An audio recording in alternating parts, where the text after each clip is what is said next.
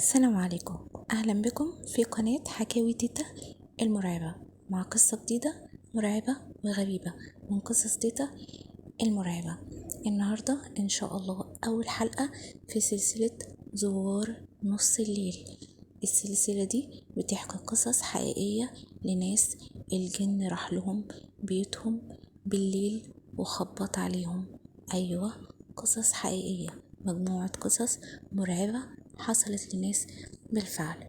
قبل ما نبدأ قصة النهاردة إن شاء الله بتمنى منكم الاشتراك في القناة، ما تنسوش الشير واللايك وتفعيل زر الجرس عشان يصلكم كل جديد ومرعب وغريب من حكاوي تيتا المرعبة. بتمنى منكم تساعدوني في دعم القناة بالاشتراك فيها والشير للقصص المرعبة الحقيقية في القناة. هتسمعوا قصص مش هتسمعوها من أي حد تاني، قصص حقيقية 100%.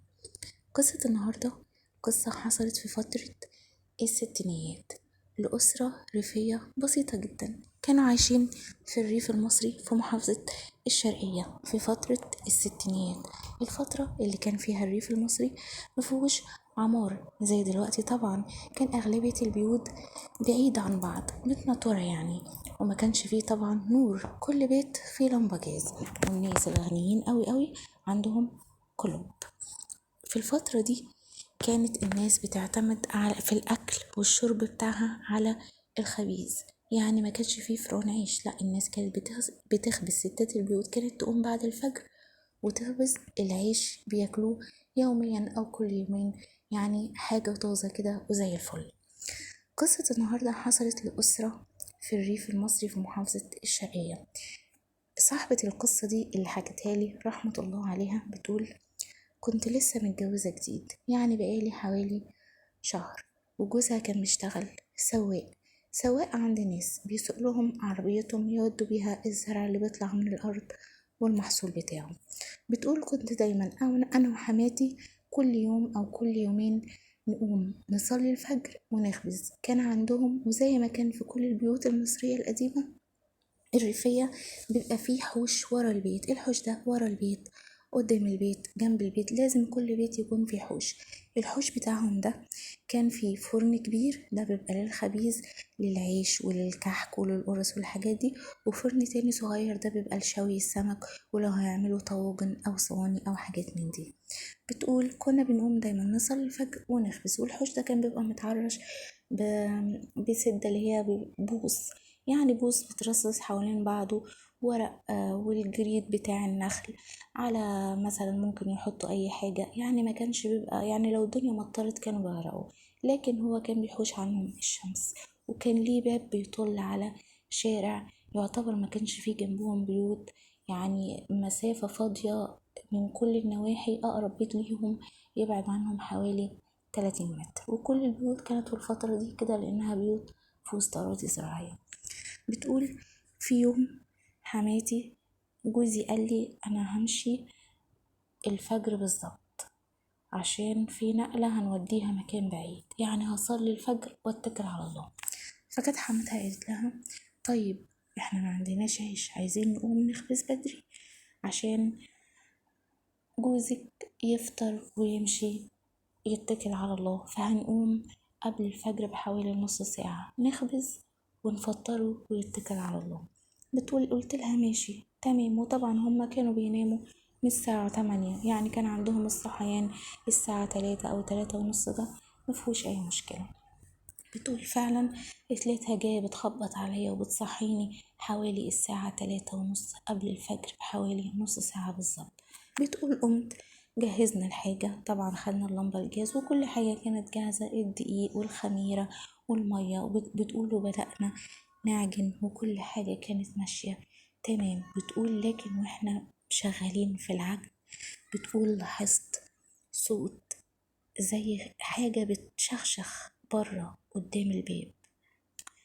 أنا الصوت ده رن في ودني أكتر من مرة، إيه ده؟ هو إيه اللي بيرن ده؟ الصوت ده جاي منين؟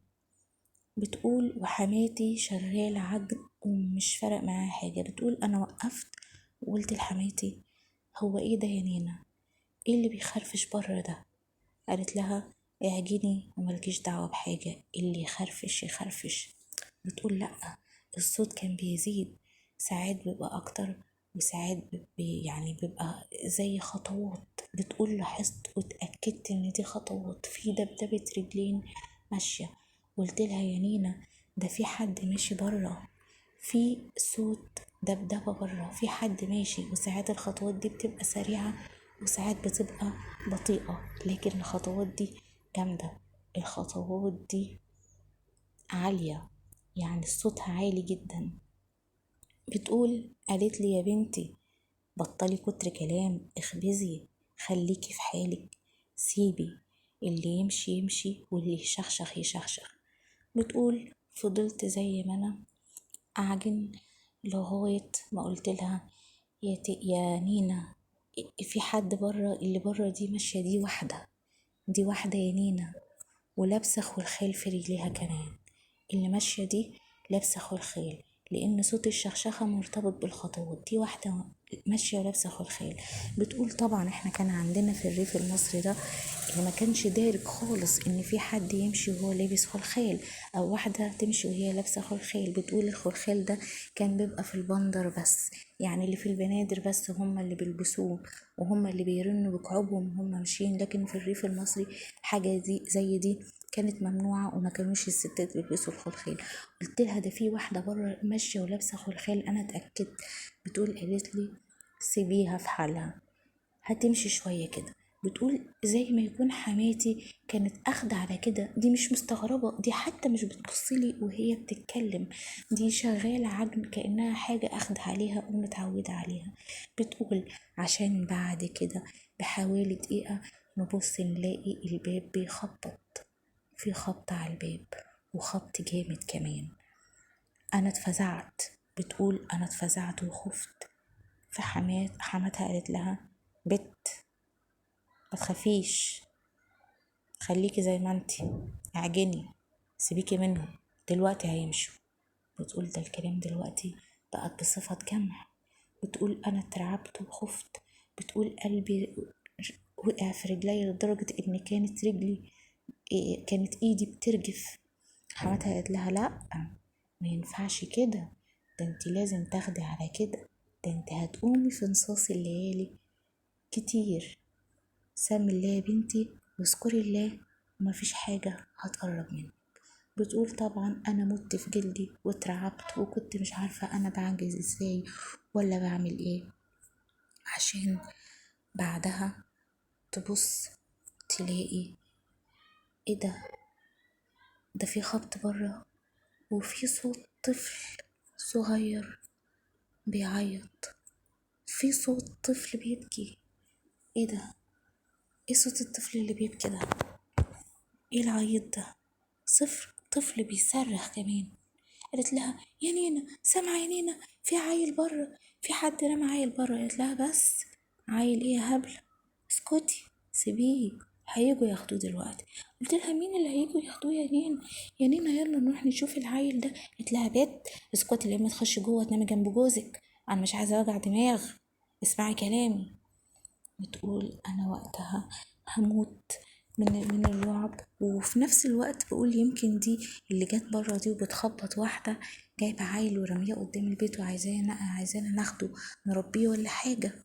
لكن حماتها مش مقتنعة بكده ابدا وبتقول لها سيبيكي منهم، مش تعبريهم، خليكي في اللي انت فيه. بتقول كان رعب، عيل بيعيط على صوت حد ماشي، على صوت رنة خلخال، على خبط على الباب. لكن بتقول أول ما الشيخ في الجامع قال الله أكبر كل ده انتهى، كل ده راح، الدنيا بقت سكينة. بتقول حسينا بهوا بارد جه على وشوشنا أول ما الشيخ قال الله أكبر. وطبعا ما كانش فيه مكبرات صوت وقتها، كان كله الصوت الشيخ بينده بصوته، لكن الجامع كان قريب منهم فكان الأذان واضح جدا في المنطقة في بيتهم. بتقول أول ما الشيخ قال الله أكبر الهدوء ملا المكان، ولا في صوت عيل ولا في صوت طفل. وبتقول يعني بكاء الطفل كان مستمر، يعني عيط الولد الصغير ده كان مستمر. بتقول اول ما الشيخ قال الله اكبر بتقول الصوت اتقطع. بتقول لي عارفه انت زي ما يكون مشغله راديو وقفلتيه فجأة على الصوت اللي شغال. بتقول كده، بتقول بالظبط الصوت اتقطع، مش الصوت مش بعد، مش الصوت راح، مش قال لا ده اختفى، اتقطع فجأة. بتقول لقيت حماتي بتبصلي وبتقول مش انا قلتلك دلوقتي هيمشي؟ هما بيبقى لهم ميعاد بيجوا فيه وبيمشوا فيه، هما في حالهم واحنا في حالنا. احنا قافلين علينا باب بيتنا وهما برا في الشارع براحتهم، ملناش دعوة بيهم ولا ليهم دعوة بينا. القصة دي حقيقية، حصلت في الريف المصري لسيدة هي وحماتها كانوا بيخبزوا قبل الفجر.